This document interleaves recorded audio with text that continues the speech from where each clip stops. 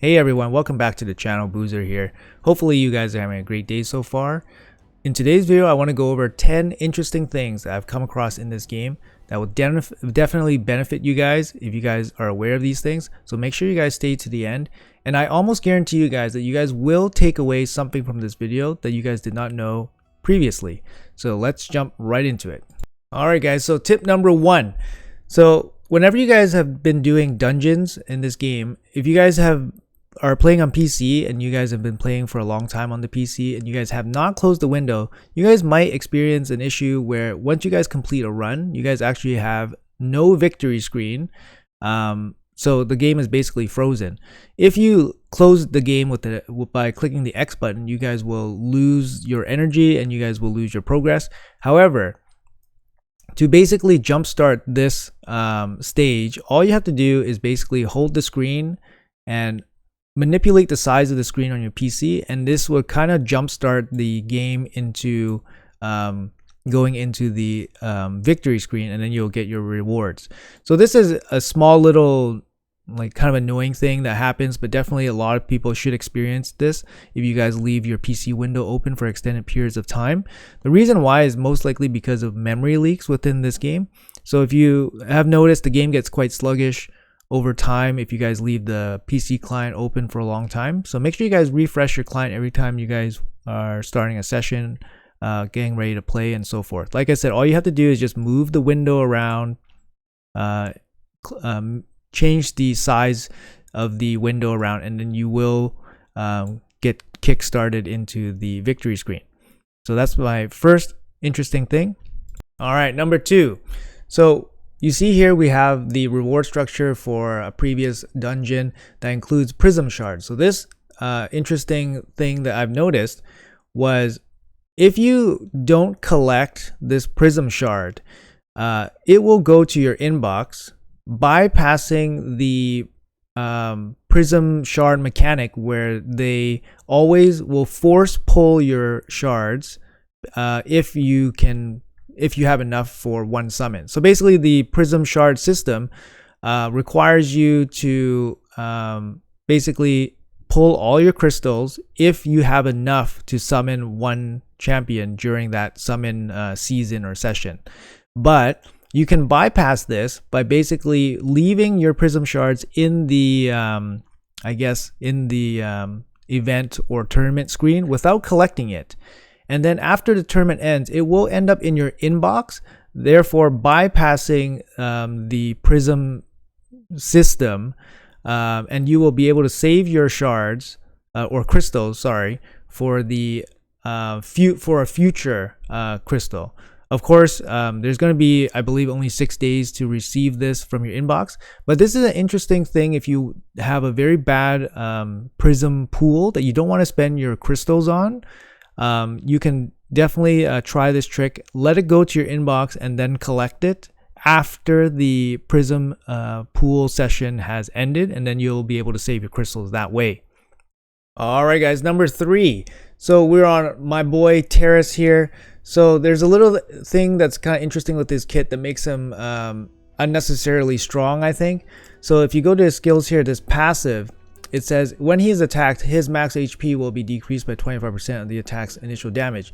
You would assume that his damage, since based off HP, will get reduced if his actual HP is reduced. However, that's not the case for Terace, and it is a bit of an inconsistency when compared to other champions that have similar mechanics and are HP based. So for Terace, we don't know if this is an intended feature or if this is a overlooked bug, but this is just another reason why this champion is so overpowered right now. All right, number 4. We're talking about Hydra Clash here in this one. So in Hydra Clash, you can see that Hydra Clash for this video right now, so far, it's 5 days, 14 hours. That's when it ends. If you look at the Hydra battles will end in 5 days, 18 hours. You see there's a 4-hour difference between 5 day 14 and 5 day 18. So Clash will end 4 hours before chest. You can receive the chest from these Hydras, from your weekly Hydra hits. So in this case, it would make sense that someone could theoretically leave their Hydra clash and then still be able to come in before the next Hydra clash begins, which is 5/18 or whatever. So there's a 4-hour window between these two events happening. So you feel that there is a window for players to hop around clans and so forth without being excluded from Hydra Clash. However, that's not the case, guys. There is no window where you can jump from collecting your Hydra Clash into a new Hydra Clash with a new clan to participate in their Hydra Clash. If you collect your Hydra Clash before going to a new clan, you will not be able to participate in their upcoming Hydra Clash. So let me bring up something here. All right, so here is a actual support document from Plarium support. Hello, thank you for reaching out to our support team. Players unfortunately have to join a clan before Hydra Clash reset starts in order to participate, which happens at 8 a.m. UTC time. We checked and your account basically joined at 1:31 p.m. UTC time. I wish there was a way for us to change this for you, blah, blah, blah, blah. And then it was kind of outrageous because the person basically said that there was the downtime and then he joined the new clan, but it was still unable to participate. And here's the response from Plarium. Thank you for your reply. The reset unfortunately happens before the tournament actually starts, which is when the game checks how many members are eligible for the tournament. This happens between 8 a.m. and 1300 UTC time, and you unfortunately joined a new clan outside that window. So it's not exactly clear how you can leave one Clash clan to another Clash clan without and still be able to reap the rewards of both. So make sure you guys are aware of this and be careful when you guys are jumping around your Hydra Clash clans. Don't be surprised if you guys fall outside of your reset window and are unable to collect Clash rewards for the next week. All right, so here's number 5. In this one, I want to talk about Primal shards right here. I want to talk about Primal shards and where they actually fit into the game in terms of how they stack up against ancients, voids, sacreds for summon and champion chase events. So I've made a little bit of a spreadsheet here.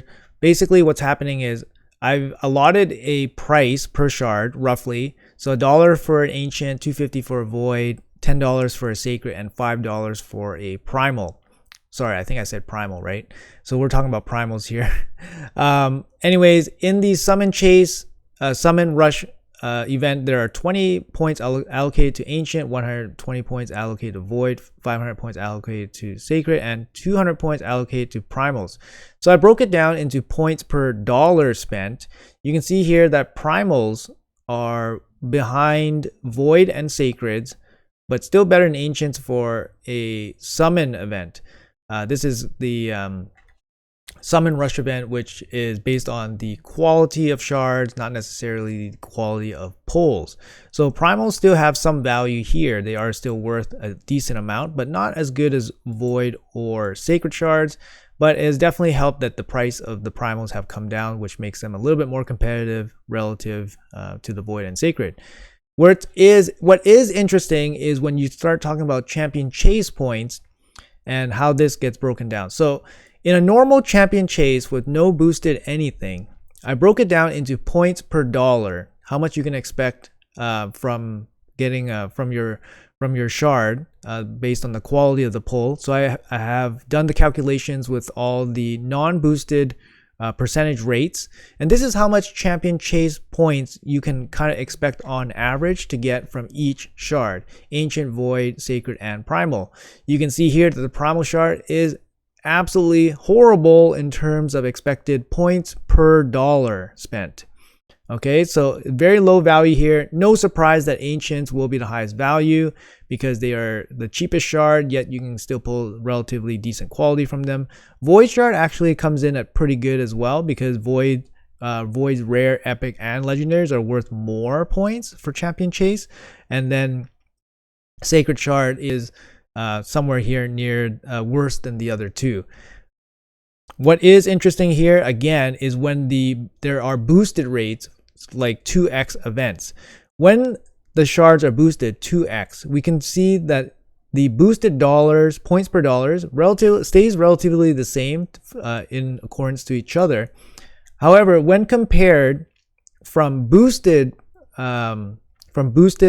points efficiency compared to normal non-boosted points, you can see here that actually the Primal Shard gains the most from a 2x event, even though the Primal Shard does not have 2x boosted rates on the mythical champions. The pool basically gives you more epics, which are actually worth more points. So the odds of getting the epics go up quite a lot, and then based on how poor the non-boosted rates are, the primals in the boosted scenario actually gain the most, more than any other shard in terms of efficiency. So during a 2x, using a primal, you're actually using it at its best. It's at its best in a 2x, and primal is by far well above any other scenario where you would use a primal shard. So right now the 2x for primal is the absolute best that it can be, although that does not necessarily mean that it is the best shard to use in a 2x for a champion chase. As you can clearly see here, the boosted efficiency, it's still ranked the lowest compared to Sacred and Void. We can see here that the Sacred shards are actually not that great for when it's a 2x Sacred for champion chase, because there's not really that much gain going on. But we can see that the primals definitely gained a lot. So if you guys have primals, use them during a 2x, during a champion chase. That's the best time you got. That's the best time you got for using them. All right. So number six, I want to talk to you guys about Sun Wukong and Lydia. So you guys may or may not know, but Lydia's passive can only block revive Sun Wukong one time. It does not block him, and then he is unable to revive again. So Lydia can only block Sun Wukong one time. So we'll try to demonstrate here. We're going to try to get our Sun Wukong to die, and I'll show you guys what happens here. Oh my goodness. So she got sheeped. I'll speed this up a little bit here. All right. So she's dead. Sorry, Sun Wukong's down, but Lydia is a sheep right now, so that doesn't really help. We need Lydia to come back before the... There we go. Okay. So now we can see Lydia blocking Sun Wukong. There. So Wukong tries to revive after 3 turns, and Lydia blocks. But Wukong reappears, and Lydia's passive is on cooldown. Therefore, Sun Wukong basically survives death even when blocked by Lydia. So that's tip number 6. All right, tip number 7. So we are in the Doom Tower floor 109, and we have all these Mortu Macabres here. So basically, staying with Lydia and Lydia's passive. Lydia's passive will actually revive champions that have been killed by block revive. So here my Rhodos is dead after being killed by Mortu Macabre. We will test this passive right now. So we're going to try to activate one of these revive on deaths from the Sky Touch Shaman here. Hopefully I can my Terace can do something here, and let's see if he can actually kill somebody.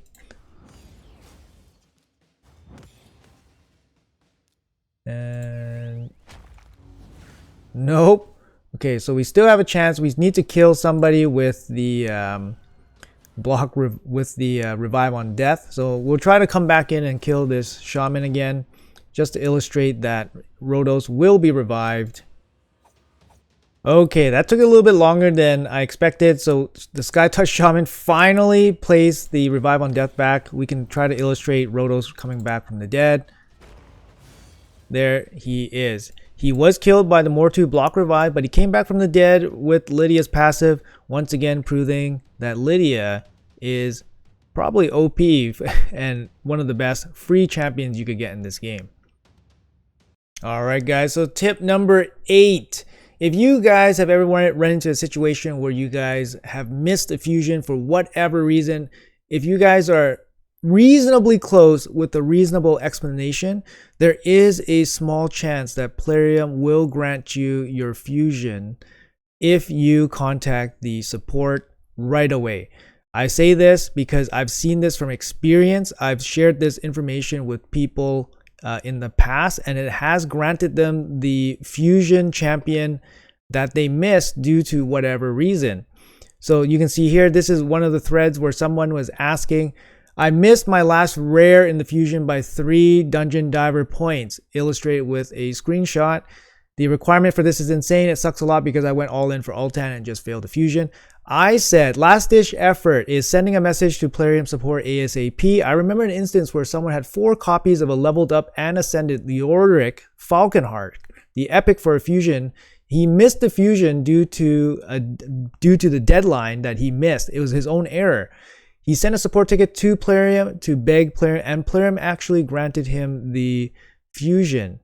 So if you guys document your fusion progress and you guys missed it for whatever reason, it could be internet issues, it could be just your own baboonery, you missed the timing on it all, and you can plead your case to Plarium. They may grant you that fusion after all. So that is something that's very valuable. So if you guys ever need that lifeline, make sure you guys use it. Shoot your shot with Plarium. Maybe they'll grant you your fusion even if you missed it that one time. All right, tip number 9. So we're back on this screenshot here. So this was a old tournament, I believe a training tournament for this Prism Shard event. This is for a level 100 player. I saw different ratings, different scales of point thresholds for each reward, if depending on your player level. So this is for a level 100.